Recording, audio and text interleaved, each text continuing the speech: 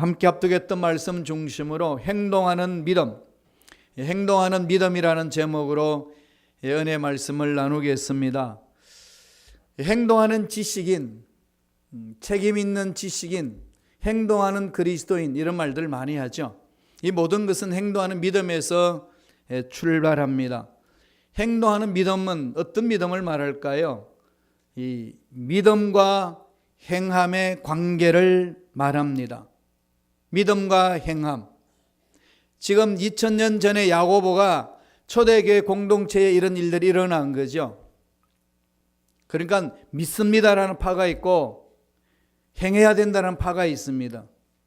이게 초대교회도 그게 서로 논쟁이 있었어요. 오늘 우리 성도들은 어떻게 할까요? 동일합니다. 오직 믿음이다, 믿음만 있으면 된다라고 강조하는 그런 극단적인 무리들이 있어요. 그러니까 행함에 대해서는 관심이 없습니다. 또 하나의 무리는 어떤 걸까요? 행함이 없으면 무슨 소용이 있느냐. 행함을 강조하다가 보니까 믿음이 빠져나가고 결국은 믿음이 없는 행함만 강조하는, 문의는 있는데 이런 내용이 없는, 움직이기는 하는데 그 안에 믿음이 없는 이런 부분들이 있을 수 있는 거죠. 믿음과 행함, 행함과 믿음. 신앙 성장하면 성장할수록 이 부분에 대해서 여러 가지 갈등이 있고 어떻게 이 부분을 조화를 이루어야 될 것인가 이야기를 많이 하곤 합니다. 우리 개개인의 신앙생활을 봐도 그렇지 않나요? 처음 시작할 때 행함에 대해서는 관심 없어요. 오직 믿음으로 예수 믿으니까. 사실 그렇잖아요. 예수님의 십자가 피로 죄 씻음 받고 구원받았어요. 여러분 한 일 있나요? 아무 일도 없어요. 예수님이 다 해주셨어요. 예수님이 다 알아서 해주신 거예요. 다 모든 죄를 다 짊어지시고 우리를 다 믿게 해주셨고 믿으면 다 구원받을 수 있는 길을 열어줬습니다. 그걸 믿었어요. 의인이 됐습니다. 의인이잖아요. 예수님 때문에 의인이 됐어요. 내가 나를 보면 의인이 아닌데 하나님이 보시기는 의인입니다. 그래서 지금 죽으면 어떻게 될까요? 천국 가는 거죠. 당장 죽으면 좋겠는데 당장 못 죽어요. 여러분 아무리 죽겠다고 그래도 그냥 죽나요? 그 하나님의 손안에 있기 때문에 함부로 못합니다. 그러니까 예수를 믿어서 의인이 됐는데 내 행위를 보니까 달라진 게 없습니다. 다른 사람이 나를 봐도 달라진 게 없어요. 근데 믿는다고 그럽니다. 도대체 내가 뭐가 변화됐지? 이렇게 생각을 시작하면은 힘든 거죠. 예수 믿으면은 하나님의 사랑을 체험했고 의인이 되었고 그러면은 나는 천국에서 하나님 예배하신 복을 마음껏 누릴 수 있는 존재가 되었어. 그러니까 이젠 사랑의 공동체 나와서는 얄미운 사람도 없고 싫은 사람도 없고 다 좋아야 되는데 어떠신가요? 미운 사람은 여전히 밉죠? 안 그래요? 시집이 뚝 떼고 앉아있지만은 얼마나 미워합니까? 안 보려고 그러고, 그죠? 이게 우리 속에 있다는 겁니다. 질투심도 나고 시기도 나고 사촌이 논을 사면 여전히 배가 아프고 이런 거죠. 도대체 이게 뭐냐는 것이 우리 속에 들어있는 질문이지 않습니까? 나는 무엇인가? 도대체 예수 믿는다는 게 무엇인가? 이런 문제를 던지기 시작하면 해에 빠집니다. 주의 종들이 목회하기 가장 어려운 부분은 말씀을 7년 동안 선포했는데 아멘 하고 받았는데 전혀 아멘 하고 받아놓고는 행동을 안 해요. 이런 모습을 보면 엄청 실망하고 시험 들죠. 누가요? 목사가 시험 들어요. 여러분만 시험 드는 줄 알아요? 저도 시험 들어요. 아멘 하고 있는, 그러면 아멘 했으니까 믿습니다 하잖아요. 그죠? 그렇게 될 줄로 믿습니다 해놔놓고 행동은 전혀 아닙니다. 그럼 뭐지? 아멘은 뭔가? 여기서 오는 이 갈등은 이루 말할 수 없습니다. 그래서 저와 여러분들이 믿음과 행함 부분에 정리가 되어 있어야 됩니다. 믿음만 중요하다, 행함은 필요 없다. 믿음만 있으면 되지. 오직 믿음만 했으니까 이런 사람들에게는 어떤 일이 있죠? 극단적으로 가면요, 믿었으니까 다 용서받았어. 무슨 짓을 해도 괜찮아. 다 용서받은 거야. 예수는 다 용서해 주셨는데 뭐 빚도 안 갚아도 돼. 이제 다 끝난 거야. 이러면서 사회 윤리 부분에 있어서 영 엉망인 사람들이 있습니다. 그런 거 뭐 다 용서 받았는데 뭐 다 끝난 사건인데 이러면서 오직 믿음 막 그럽니다. 그래서 교회 내에서는 믿습니다 고함도 지르고 눈물도 흘리고 손을 높이 들고 찬양도 하고 다 끝난 믿음으로 다 해결했습니다. 그럼 세상 나가서 마음대로 사는 거죠. 죄도 짓고 그냥. 믿습니다. 다 끝났다는 거죠. 행하면 상관없다는 거예요. 믿으면 구원받는데 율법 끝난 건데 뭐. 행함을 송두리째 무시하는 잘못된 신앙인들이 많습니다. 그건 틀린 거예요. 또 한면에는 믿습니다 해놔놓고 행하지 않으니까 그들을 바라보면서 실망한 거죠. 그러다 보니까 행함을 강조합니다.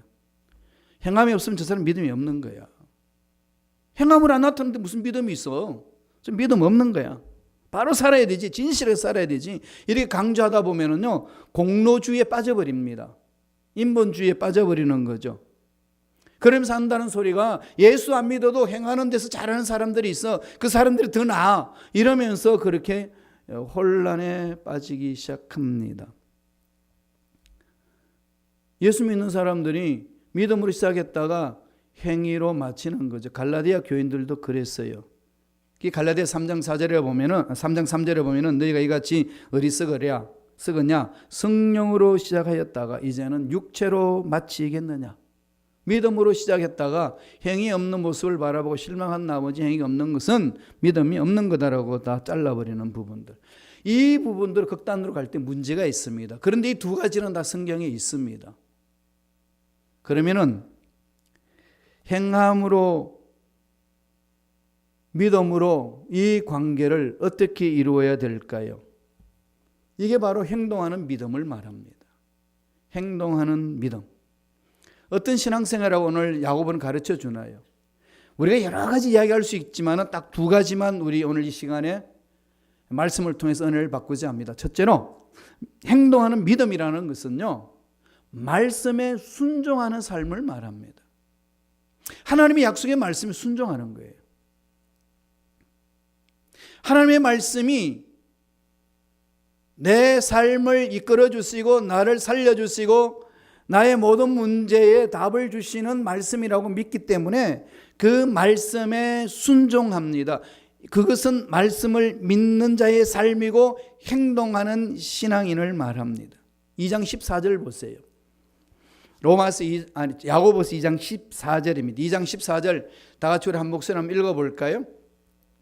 내 형제들아 만일 사람이 믿음이 있노라 하고 행함이 없으면 무슨 유익이 있으리요? 그 믿음이 능히 자기를 구원하겠느냐? 사람이 믿음이 있노라 하고 행함이 없으면 무슨 유익이 있으리요? 믿음이 능히 그 사람을 구원하겠느냐는 거죠. 믿습니다 그러는데 전혀 생각이나 말이나 삶의 변화가 안 일어난다는 거예요. 그래서 나중에 야고보가 뭐라고 그러죠?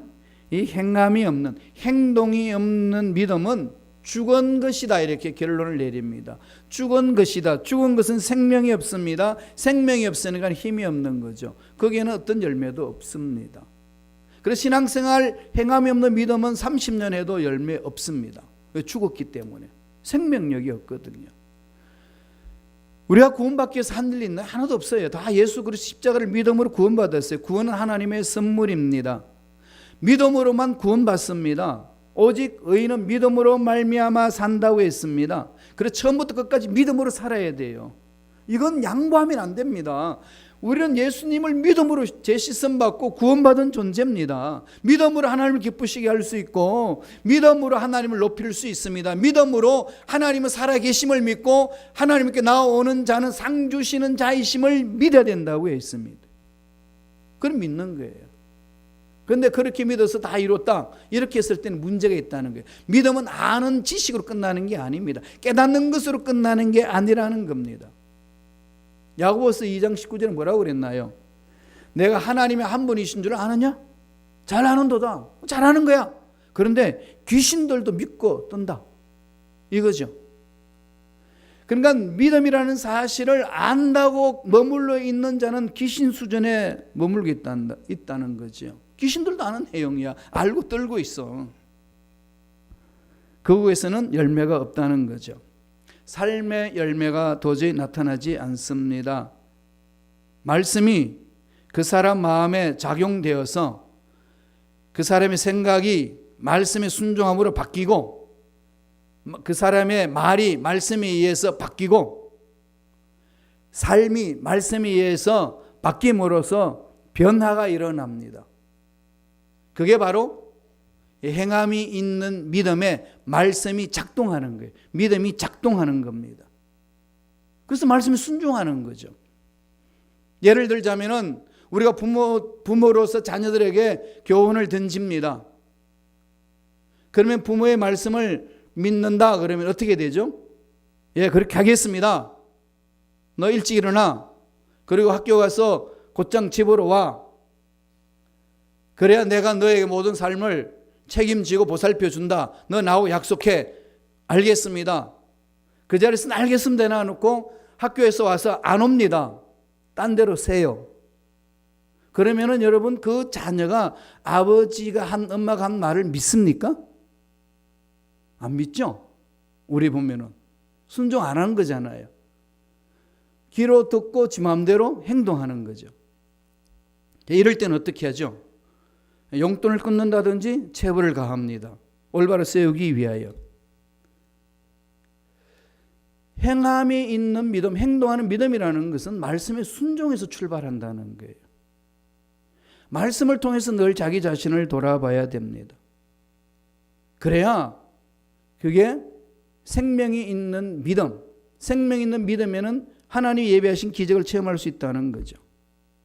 말뿐인 믿음은 무익하다는 거죠. 그걸 예를 들어서 야고보가 이야기를 합니다. 2장 15절 16절 한번 읽어보세요. 예를 들어서 말합니다. 다 같이 야고보서 2장 15절 16절입니다. 만일 형제나 자매가 헐벗고 일용할 양식이 없는데 너희 중에 누구든지 그에게 이르되 평안히 가라, 덥게 하라, 배부르게 하라 하며 그 몸에 쓸 것을 주지 아니하면 무슨 유익이 있으리요. 몹시 굶주림이 있고 몹시 고통 중에 있습니다. 며칠 동안 먹지 못해서 얼굴이 누렇게 떴어요. 힘이 하나도 없습니다.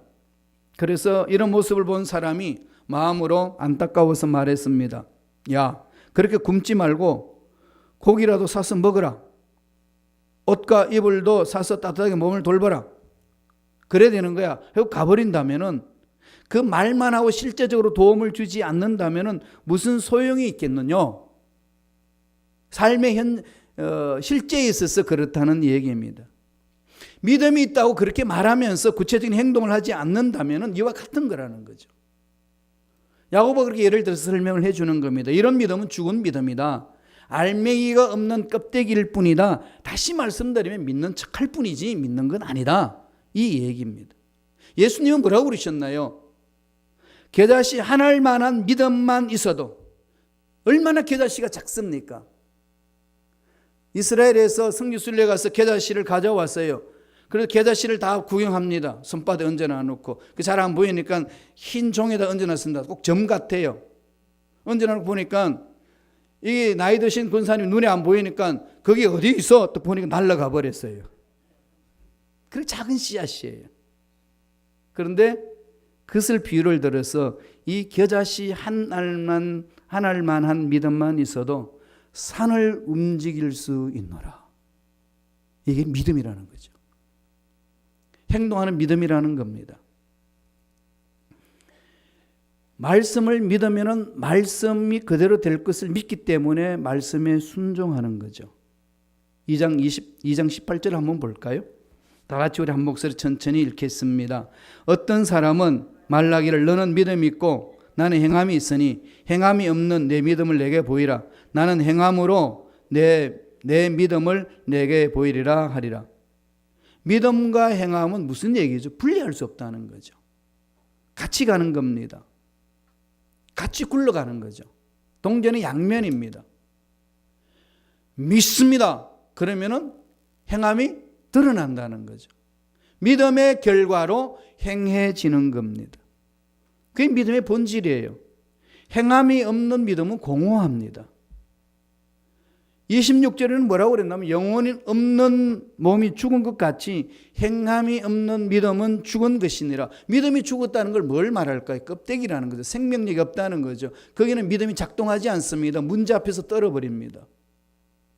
하나님의 기적을 체험할 수 있는 상황 속에서 주저앉아 버립니다. 왜? 믿음이 죽어 있으니까. 살아 움직이질 못하는 겁니다. 그래서 내 마음대로 생각해보고 내 마음대로 말해버리고 내 마음대로 행동해버립니다.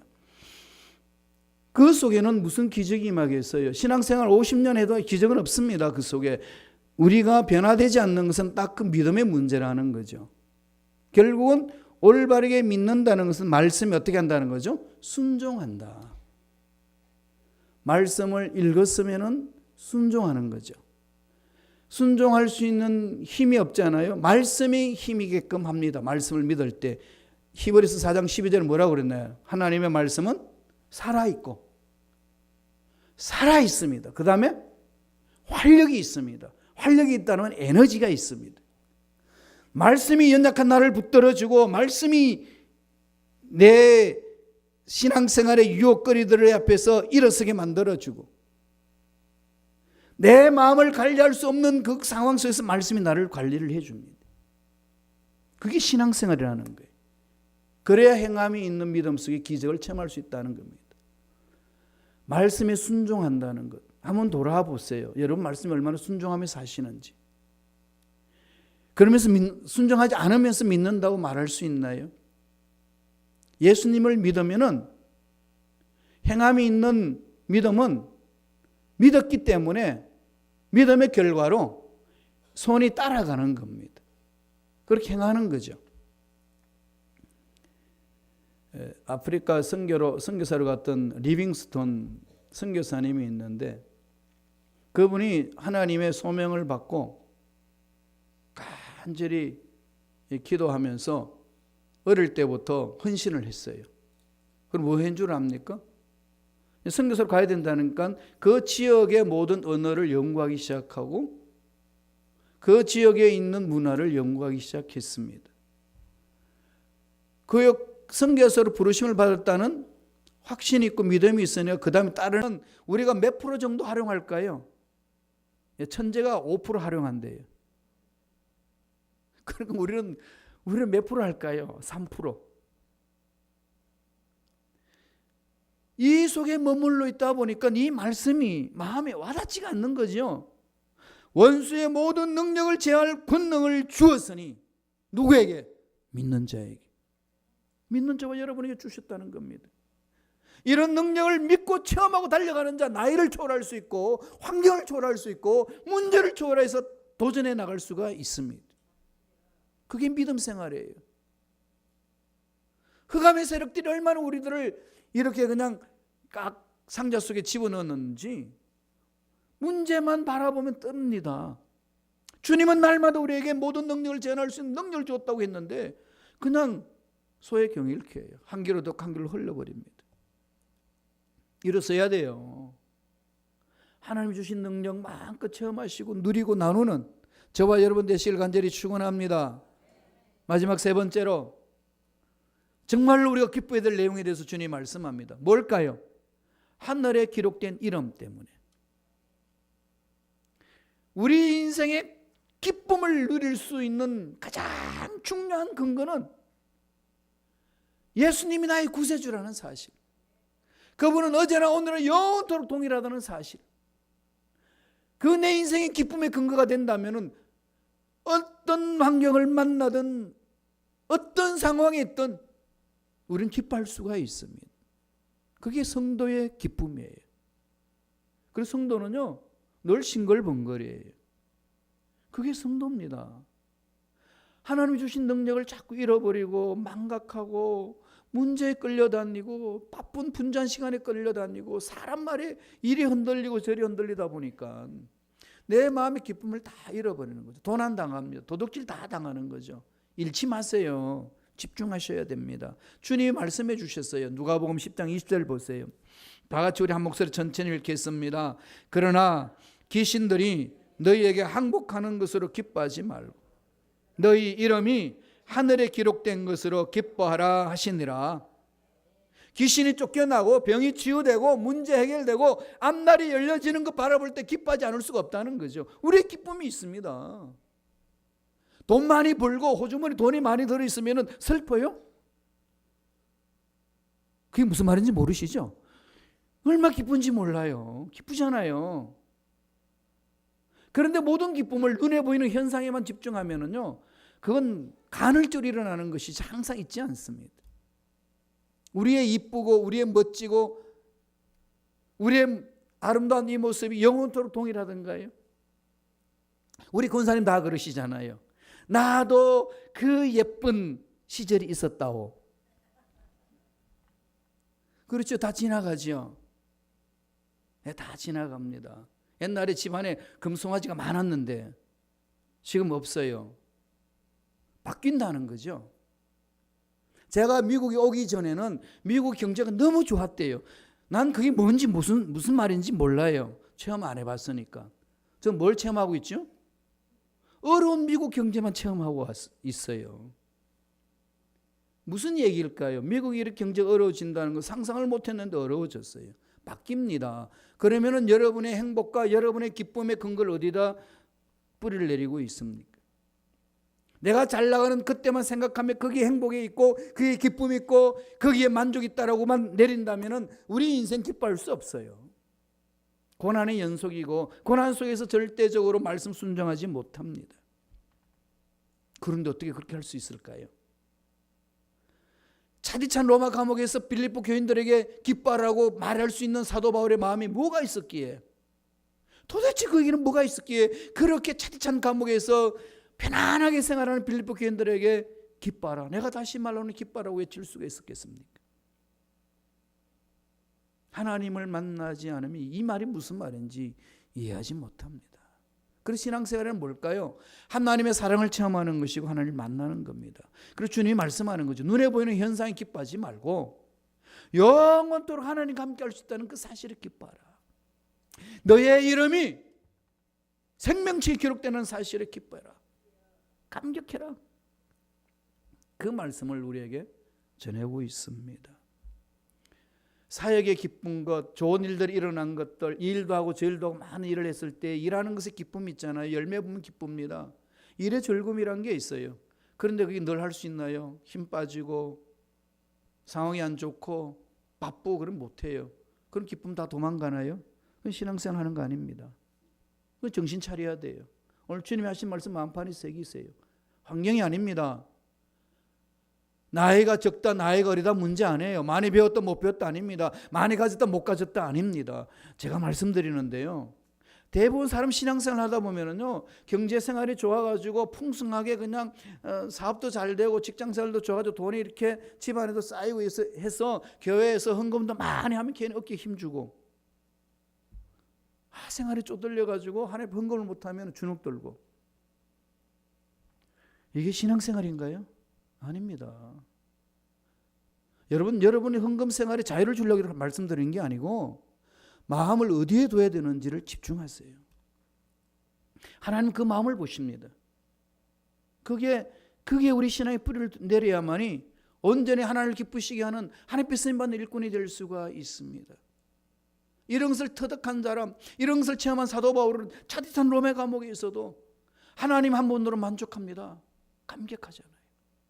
이 세상에 쓰임받는 모든 일꾼들이 그렇게 감격합니다. 전 요사이 미국 대통령을 연구하면서 아브라함 링컨 대통령을 묵상을 많이 해요. 그분의 역사를. 그분의 삶을 바라보면 학력이 있나요? 집안이 좋은가요? 경제가 좋은가요? 없습니다. 그가 대통령 되기까지 모든 가정을 바라보면요, 고난의 연속이에요. 다른 사람들이 바라봤을 때, 아브라함 링컨 대통령 되기 이전에 그 사람을 바라봤을 때 수많은 선거에서 실패하고 고통당하고 괴로웠을 때 저는 정신병자로 인생 마칠 것만 같았다고 증언하고 있습니다. 그런 상황에 있던 아브라함 링컨 대통령은 다른 사람들 그렇게 바라보는 눈총을 비웃듯이 그냥 잃었습니다. 그 힘이 어디서 나왔을까요? 말씀이었습니다. 1.1억도 변함이 없으신 약속의 말씀, 하나님이 만드시면 됩니다 라고 하는 확신이 있었습니다. 세상도 대통령으로서 말씀 위에 서서 하나님 앞에 목숨 걸고 달려가니까 하나님이 붙들어 주시잖아요. 아직까지도 미국에서 가장 존경받는 대통령 아닙니까? 이런 것을 역사 속에서 체험하고 나서도 왜 현대 저와 여러분들은 아버지께서 이렇게 능력을 주셨다고 선포하고 강조하시는데 이 말씀을 헌신작처럼 내버리고 딴 데서 찾아야 된단 말입니까? 딴 데서 행복을 찾아야 되고 딴 데서 기쁨의 근거를 찾으려고 그러고 있느냐는 겁니다. 기적은 여기서 일어납니다. 신앙의 본질은 아버지 약속의 말씀을 붙드는 겁니다. 1.1억도 변함이 없으신 약속의 말씀 붙들고 가는 자, 하나님은 선포해 줍니다. 내 믿음대로 될지어다. 이 은혜 듬뿍 체험하셔서 언제 오실는지 모르지만, 우리 인생 언제 끝날는지 모르지만은 그때까지 멋지게 행복하게 이 기쁨을 누리며 빼앗기지 않는 멋진 인생살이가 되시기를 간절히 축원드립니다. 기도하겠습니다.